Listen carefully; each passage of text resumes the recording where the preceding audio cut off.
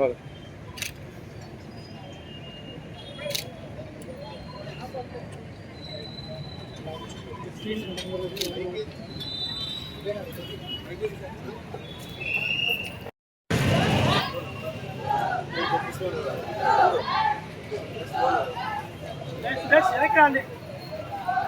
వెనక్కి నా చాలు రానా రానా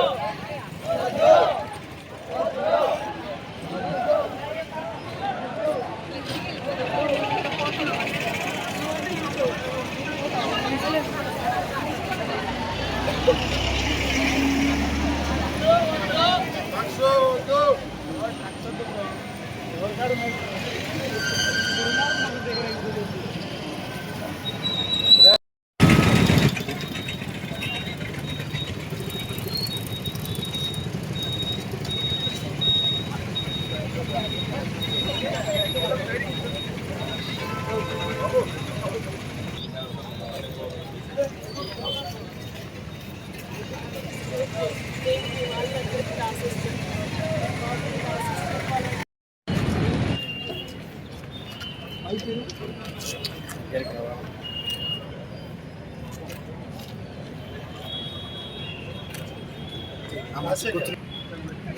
ఈగల్ టీం వాళ్ళు డ్రగ్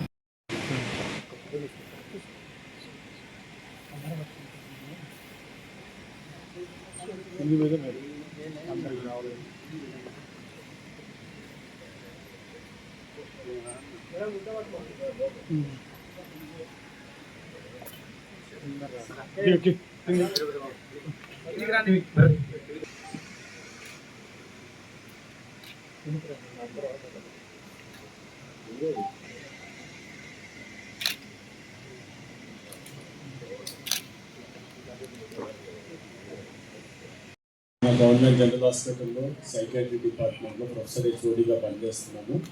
సో నేను మొదటగా నాకు అవకాశం ఎందుకు ఇచ్చారంటే నేను నిత్యం రోజు నా పనిలో ఏ ఒక్క రోజు కూడా దీనికి బానిస అయిపోయి ఇబ్బంది పడే వాళ్ళను చూడకుండా నా రోజు గడవదు.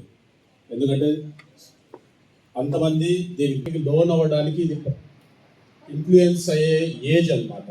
సో కొంతమందికి ఏమో నాకేం తెలియదులే, నాకు అప్పుడు వచ్చినప్పుడు చూసుకుందాం అనుకుంటాము. కొంతమంది నాకు అయిపోయింది, నాకేం సంబంధం లేదు, లేదంటే నా ఇంట్లో ఎవరికి లేదు అనేది కాకుండా సో మనం అందరం ఏంటంటే ఒక సమాజపరంగా చూసుకోవాలి. సో ముఖ్యంగా ఏంటంటే డ్రగ్స్కు బానిస అవ్వడం వల్ల మొదటి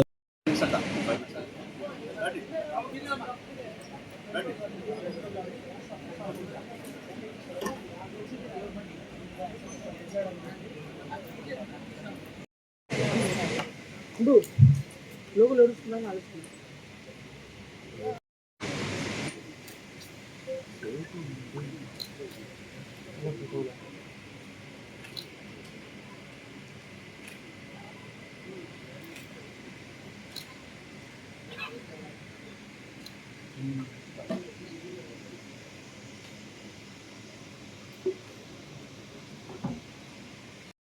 అంటే ఏది మంచి ఏది చెడు, నేను నాకు ఉపయోగపడే పని ఏంటి, నా కుటుంబానికి ఉపయోగపడే పని ఏంటి, సమాజానికి ఉపయోగపడే పని ఏంటి అన్నది ఎప్పుడు ఏదో ఒక థాట్ ప్రాసెస్ మన బ్రెయిన్లో నడుస్తూ ఉంటుంది.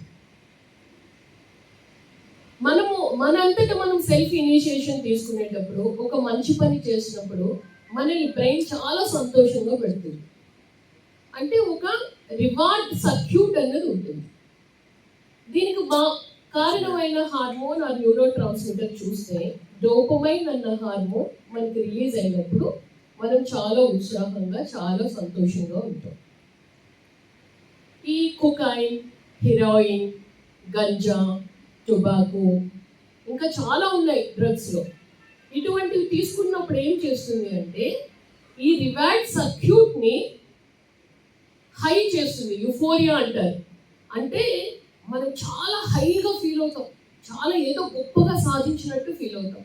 అంటే మనలో ఉండే ఒక సర్క్యూట్ని వేరే వాళ్ళు హోల్డ్ చేసేసారు. ఎవరి కంట్రోల్లోకి వెళ్ళిపోయినాం? డ్రగ్స్ కంట్రోల్లోకి వెళ్ళిపోయినాం. మన బ్రెయిన్ మన కంట్రోల్లో లేదు. ఈ రివార్డ్ సిస్టమ్ని అది హోల్డ్ చేసేసింది. హోల్డ్ చేసిన తర్వాత ఏం చేస్తుంది?